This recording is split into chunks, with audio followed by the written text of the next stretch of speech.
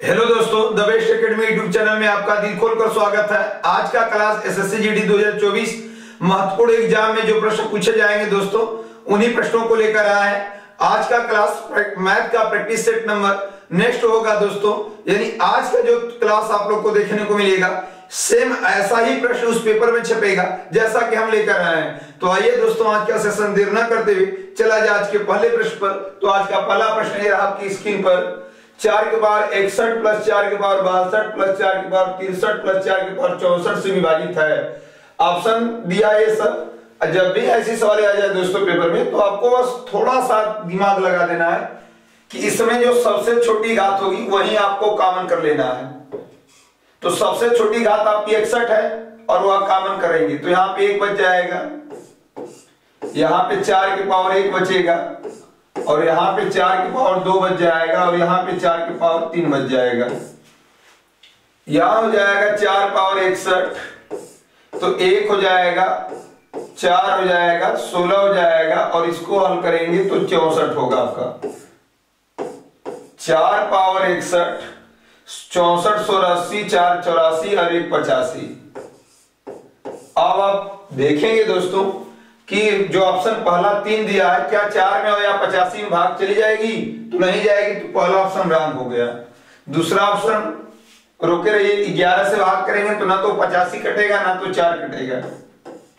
13 से भाग करेंगे तो फिर नहीं कटेगा, लेकिन जो 10 है दोस्तों, इसमें से हम 2 ले लेंगे और इसमें से 5 ले लेंगे। तो यदि हम विभाजित करेंगे तो 10 आपका क्या होगा, 10 से ऑप्शन नंबर कट जाएगा, क्योंकि इसमें लास्ट में 5 है, उसमें 4 है।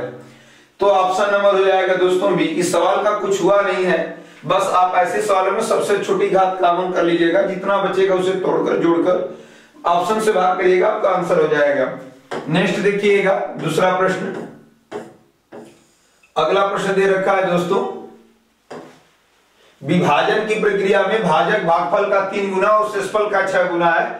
यदि शेषफल 2 है तो भाज्य क्या होगा? आपका यहां पे दे रखा है दोस्तों, जो शेषफल है देखिएगा, शेषफल आपका दे रखा है 2, और बोला है कि जो भाजक हो भागफल का 3 गुना भागफल, लेकिन यहाँ पे भागफल को पता नहीं है। और दूसरा स्टेप में बोला कि भाजक शेषफल का 6 गुना है, तो यहाँ पे भाजक जो है शेषफल का 6 गुना है, तो इसका मतलब हो जाए आपकी 6 गुणे 2, शेषफल आपका 2 है तो भाजक आपका 12 है। तो यहाँ पे भाजक रखिएगा और 3 से भाग करेंगे तो भागफल क्या निकल जाएगा, भागफल आपका हो जाएगा 4। बस भाज्य पूछा जा रहा है, तो फार्मूला होता है भाज्य बराबर भाजक गुणे भागफल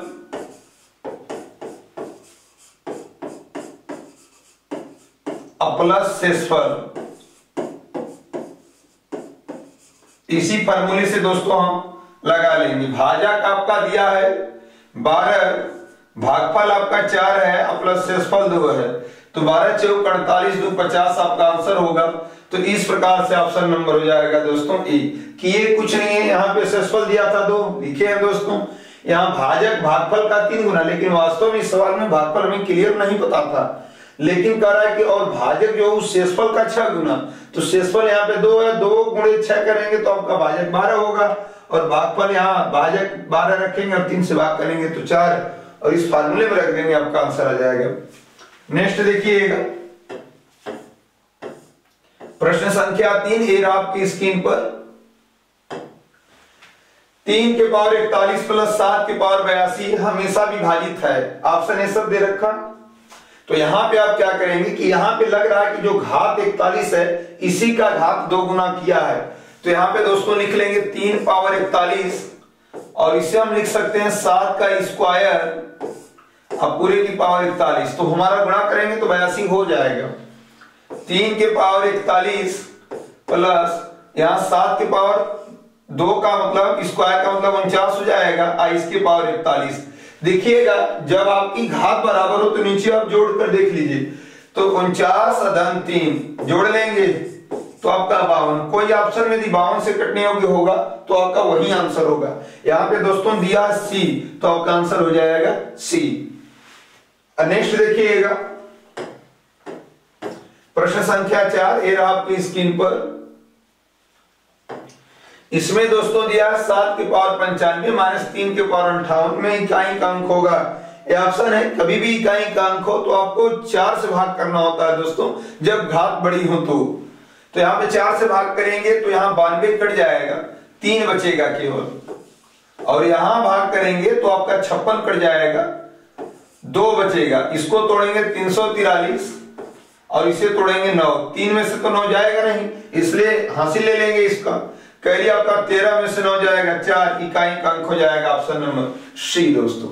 घात में आपको 4 से भाग करना है, ध्यान दीजिएगा इस बात को। नेक्स्ट देखिएगा प्रश्न संख्या 5, ये आपके स्क्रीन पर अगला दिया है दोस्तों 6 की पावर 4 प्लस 8 की पावर 6 गुणे 10 की पावर 8 गुणे 12 की पावर 10 व्यंजक में अभाज्य गुणनखंडों की संख्या है। कभी भी आपको अभाज्य गुणनखंडों की संख्या ऐसे सवालों में लगाना हो, तुरंत जो बेस दिया आधार दिया उसको हम अभाज्य बना लेंगे, प्राइम बना लेंगे। तो यहां पे दोस्तों आप देख रहे होंगे जो 6 है, 6 आपका 2 गुणे 3 है, दोनों संख्या अभाज्य है। जो 8 है आप 2 गुणे 2 गुणे 2, जो 10 है दोस्तों आपका 2 गुणे 5 अभाज्य बना रहे हैं। और जो इसमें अभाज्य होगा 2 गुणे 2 गुणे 3 तो आपका 12 होगा। बस जितने अभाज्य हैं उसमें घात में गुणा करिए। इसमें 2 फैक्टर थे अभाज्य, तो 2 का 4 में गुणा होगा तो 8। इसमें 3 फैक्टर थे अभाज्य, 3 ठो है, तो 3 में 6 का गुणा कर लेंगे, उससे लिख लेंगे। यानी जो आपका बेस होगा अभाज्य उसका हम ऊपर वाले में गुणा करेंगे गिनकर। प्लस यहाँ पे दोस्तों 2 गुणे 5, 2 संख्या अभाज्य है तो 2 में 8 का गुणा करेंगे 16, और यहाँ पे 3 संख्या अभाज्य है तो 3 में 10 का गुणा करेंगे 30।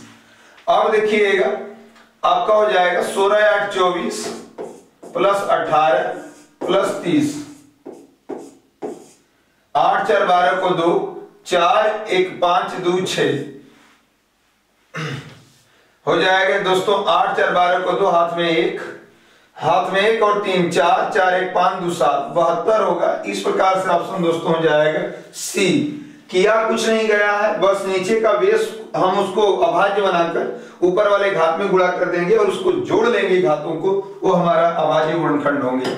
नेक्स्ट देखिएगा प्रश्न संख्या 6 आपकी स्क्रीन पर। एक संख्या को जब 5 से भाग किया जाता है तो शेषफल 3 प्राप्त होता है। यदि उसी संख्या के वर्ग को 5 से विभाजित किया जाए तो कितना शेष बचेगा। ठीक है, एक संख्या मान ले रहे हैं, जब 5 से भाग करेंगे तो 3 शेष बचेगा, तो हम संख्या पता कर लेंगे कि वो संख्या है कितनी। संख्या पता कर लिया जाएगा दोस्तों, तो संख्या निकल जाएगी कि 5 से आप भाग कर ही रहे थे और 3 शेष बच रहा था, तो हम जोड़ देंगे संख्या, यानी मान लीजिए 8 थी, तभी तो आप 5 से भाग कर रहे थे तो शेष 3 बच रहा था, दोनों को जोड़ लेंगे। अब उसी संख्या के वर्ग, यानी संख्या 8 है तो इसके वर्ग को हम 5 से विभाजित करें, तो 5 से विभाजित करेंगे तो आपका शेष बचेगा, जो शेष होगा दोस्तों वो आपका 4 बचेगा, क्योंकि 12 5 60, 4 शेष बचेगा। ऑप्शन नंबर हो जाएगा डी। नेक्स्ट देखिएगा दोस्तों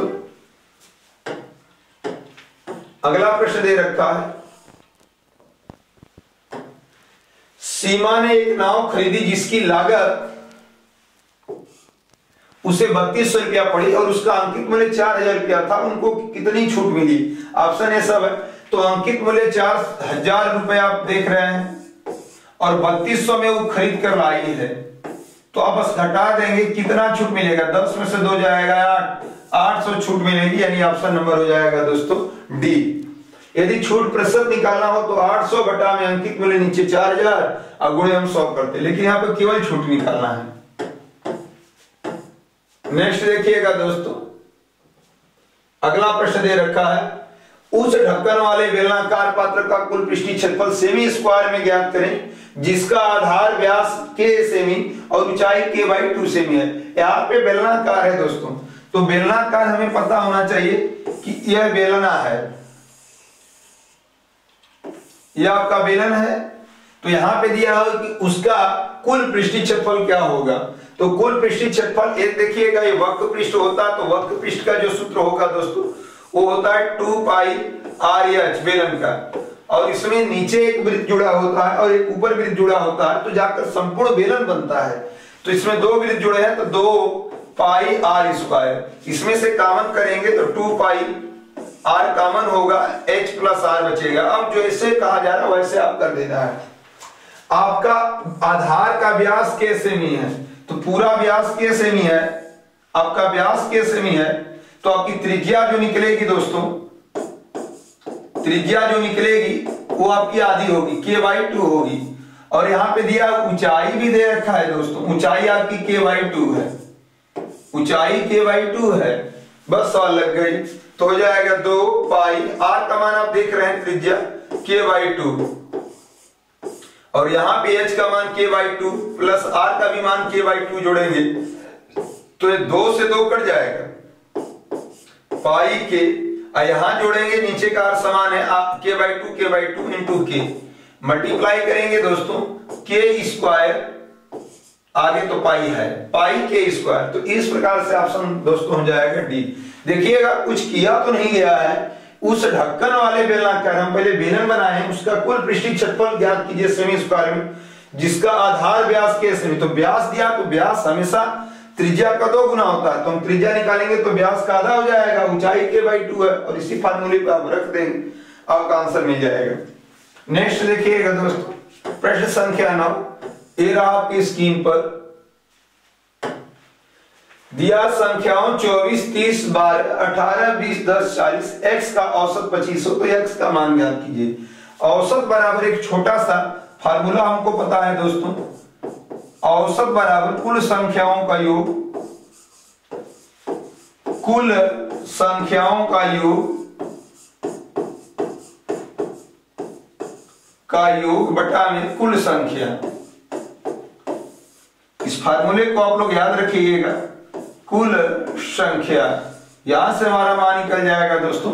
औसत आपका दे रखा है 25 तो औसत हो जाएगा यहाँ पे दोस्तों 25 और सबको ऊपर जोड़ दिया जाएगा, 24 को जोड़ेंगे प्लस 30 को जोड़ा जाएगा प्लस 12 को जोड़ा जाएगा प्लस 18 को जोड़ा जाएगा प्लस 20 को जोड़ा जाएगा प्लस 10 को जोड़ा जाएगा प्लस 40 प्लस x।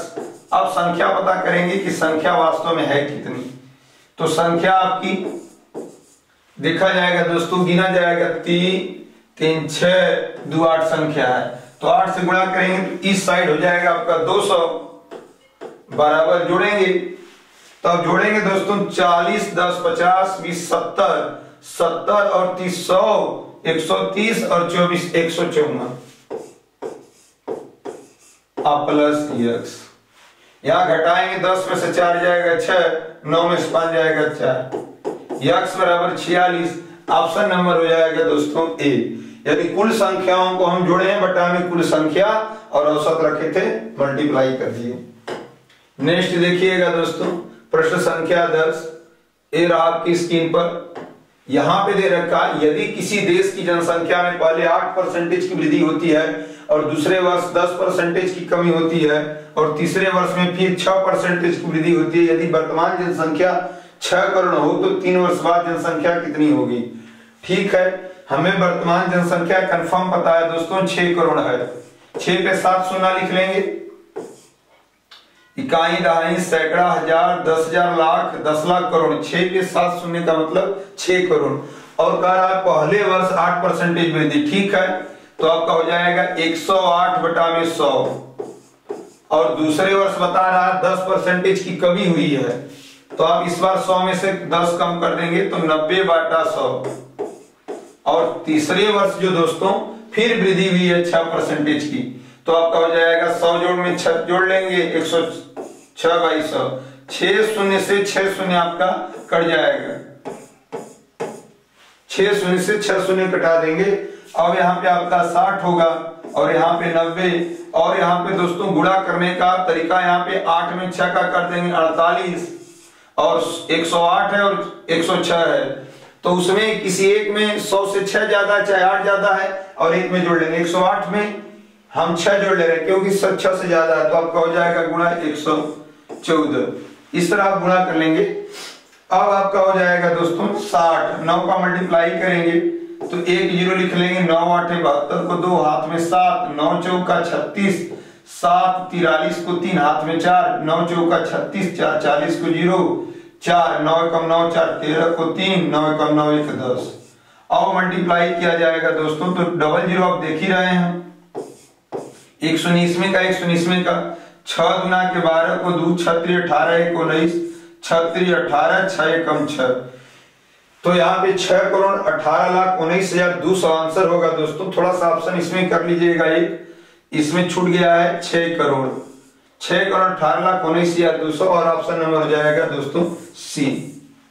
यहाँ पे 6 करोड़ छूट गया है, बना लीजिएगा इसको जरूर।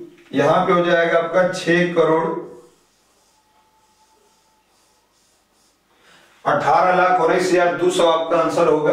नेक्स्ट देखिएगा प्रश्न संख्या अगला 11 नंबर। ये आपकी स्क्रीन पर प्रश्न कहा जा रहा है 16 पाई सेमी की यदि किसी शंक्वाकार पात्र का आयतन है और त्रिज्या 4 सेमी है तो उसका वक्र पृष्ठीय क्षेत्रफल क्या होगा। हमें शंक्वाकार बनाना है, तो शंक्वाकार इस तरह बनेगा दोस्तों, और इसका आयतन दे रखा है 16 पाई सेमी क्यूब। तो आयतन हमें पता होता है 1/3 pi r cube, 1/3 pi r square h, और आयतन दे रखा है 16 पाई, और त्रिज्या इसमें दे रखा है दोस्तों कि इसकी त्रिज्या जो है, इसकी त्रिज्या 4 सेंटीमीटर है। तो यहां से त्रिज्या कर लीजिए 4 सेंटीमीटर है, तो यहाँ पाई से पाई आपका कट जाएगा, और 1/3 और आर का मान रखेंगे 4 × 4, क्योंकि देखिएगा त्रिज्या दे रखा है, गुणे एच बराबर 16, तो 4 चौका 16 से 16 कट जाएगा, एच बराबर हो जाएगा 3 सेमी, यानी ऊंचाई इसकी पता चल गई दोस्तों कि ऊंचाई इसकी कितने सेंटीमीटर है, 3 सेंटीमीटर है। तो कंफर्म 4 और 3 एक समकोण त्रिभुज का निर्माण करते हैं, इसलिए कितने बनेगा, तिर्यक ऊंचाई 5 सेमी। पूछा जा रहा है उसका वक्र पृष्ठीय क्षेत्रफल क्या होगा। वक्र पृष्ठीय क्षेत्रफल यही केवल होता है, इसमें आपका वृत्त नहीं जुड़ा रहेगा, ये आपका शंक्वाकार का वक्र पृष्ठीय क्षेत्रफल है, और उसका क्षेत्र सूत्र होता है पाई आर एल। पाई में रहने दीजिए, आर का मान 4 त्रिज्या दिया था, तिर्यक ऊंचाई आपको देखना होगा एल कितना है, तो आपका दिया है 5 दोस्तों, गुणा कर लेंगे तो हो जाएगा 5 चौका 20 पाई, 20 पाई हो जाएगा सेमी स्क्वायर। तो दोस्तों यहाँ पे ऑप्शन में हो जाएगा 20 कर लीजिएगा, 20 पाई, 20 पाई ऑप्शन नंबर हो जाएगा दोस्तों डी। नेक्स्ट देखिएगा प्रश्न संख्या 12। ये रहा आपकी स्क्रीन पर, एक व्यक्ति अपनी आय का 20% मकान पर खर्च करता है, शेष का 75% घरेलू सामान पर खर्च करता है। यदि अंत में 600 रुपया बच जाता है तो उसकी आय कितनी है। ठीक है, मान लीजिए एक व्यक्ति की आय 100% रही होगी और 20% खर्च कर रहा है, आपको देखने में 20% खर्च हो जा रहा है, तो 20% यहाँ पे खर्च होगा दोस्तों, तो बचा अभी कितना, आय 100% रही होगी तो बचा भी आपका 80% बच गया है, तभी जोड़ेंगे इन दोनों को, खर्च और बचा, तो आपका आय 100 होगी। फिर कह रहा है शेष का 75%, शेष का, यही आपको ध्यान देना है दोस्तों, शेष का, यानी शेष कितना बचा था 80, उसका कितना परसेंटेज 75 बटा में 100, यही ध्यान देना है। शेष का मतलब 80 का, तो यहाँ 25 तिहाई 75, 25 चौका 100, 4 से कटाएंगे 20, 20 तिहाई 60% फिर यानी कि खर्च कर दिया दोस्तों, घरेलू सामान पर खर्च कर दिया, खर्च फिर कर दिया है, तो बचा कितना आपका 80 में से 60 जाएगा तो 20% आपका बचा है। अभी भी जितनी बार कहेगा ऐसे ही करते चले जाएंगे, और अंत में 600 रुपया बचा है, तो 600 का मान दिया है दोस्तों, 20% का मान, यानी जो बचा रहेगा उसी का मान है। और उसकी आय कितनी, आय रही होगी 100, अब 20 से कटा लेंगे तो ये 20 तिहाई 60, 3 बार में आंसर हो जाएगा 3000। ऑप्शन नंबर ए हो जाएगा दोस्तों। किया कुछ नहीं दिया है, आय 20 था, हम लिखे हैं 20 खर्च किया था मकान पे, 80 बचा, शेष का तो जितना रहेगा उसका यानी कि 100 का, तो आपका शेष 80 × 75 बटा 100, यहाँ 60 खर्च हो गया, 20 बचा, 20 से भाग कर देंगे। नेक्स्ट देखिएगा प्रश्न संख्या 13, ये रहा आपकी स्क्रीन पर, दे रखा है दोस्तों कि यदि a बटा में 6 बराबर b बटा में 10 बराबर c बटा में 4 हो तो इसका मान बताइए। ऐसे सवालों में a का मान 6 होता है, b का मान उसके नीचे वाला 10, c का मान 4, यानी a का मान आपका हो जाएगा, तीनों को जोड़ लेंगे 6 10 16 4 20 ऊपर जोड़कर लिखना है और नीचे a का मान लिखना है और a का मान आपका 6 है। 2 से कटा देंगे, 2 10 में 20, 2 तिहाई 6 10 बटा 3, ऑप्शन नंबर हो जाएगा दोस्तों डी। नेक्स्ट देखिएगा प्रश्न संख्या 14, ये रहा आपकी स्क्रीन पर। कह रहा है 50 फलों को बेचने पर एक फल विक्रेता को 10 फलों का विक्रय मूल्य प्राप्त हो जाता है, लाभ प्रतिशत क्या है? तो 10 फलों का विक्रय 50 ही बस फल बेच रहा है तो 10 ठो के बराबर विक्रय मूल्य प्राप्त हो जा रहा है, यानी 10 ठो का लाभ हो जा रहा है। तो ये इसका मतलब 50 में से 10 जाएगा, 40 खरीदा होगा। 10 ठो का विक्रय मूल्य प्राप्त हो रहा है, उसे ऊपर लिख लेंगे, यानी 50 फल बेच रहा है और 10 फल के विक्रय मूल्य यानी कि 40 के बराबर वो खरीदा रहा होगा। तो यहां हो जाएगा 40 गुणे 100 जी, 0 से 0 कट जाएगा, 4 से कटाएंगे 25% इसका निकल जाएगा, लाभ प्रतिशत दोस्तों हो जाएगा डी, ऑप्शन नंबर। नेक्स्ट देखिएगा प्रश्न संख्या 15, दे रखा है 2p, यदि 2p बराबर 3q बराबर 5r है तो p plus q plus r बराबर 6200, तो p और r के बीच क्या अंतर है? ऐसे सवालों में पहले p का मान निकाल लिया जाता है, तो p वाले को ढक लेंगे तो 5 तिहाई 15, तो यहाँ पे हो जाएगा दोस्तों p का मान 15। अब q का मान निकालेंगे तो q को ढक लेंगे, तो 2 5 10, r p में गुणा कर देंगे 10। अब यहाँ से r का मान निकालेंगे तो 2 तिहाई 6, यहाँ से r की वैल्यू निकल जाएगी दोस्तों 6। अब क्या करना है आपको कि इन तीनों का योग उसमें जोड़ देना है, तो जोड़ दीजिए 15 10 25 6 31, इन तीनों का मान दे रखा है 31, x बराबर 6200, कटा लेंगे 31 दूना के 62, तो x बराबर 200 हो जाएगा। p और r के बीच में क्या अंतर है? तो p और r यानी इसमें और इसमें अंतर कितने का अंतर आपका 9 का दिख रहा है, बस 9 का हम 200 में मल्टीप्लाई कर देंगे, 9 का 200 में आपको करना होगा दोस्तों 9 गुणे 200, तो आप गुणा करेंगे 1800, यानी अंतर हो जाएगा 1800, ऑप्शन नंबर सी हो जाएगा दोस्तों। नेक्स्ट देखिएगा, आज का लास्ट प्रश्न था दोस्तों। यदि वीडियो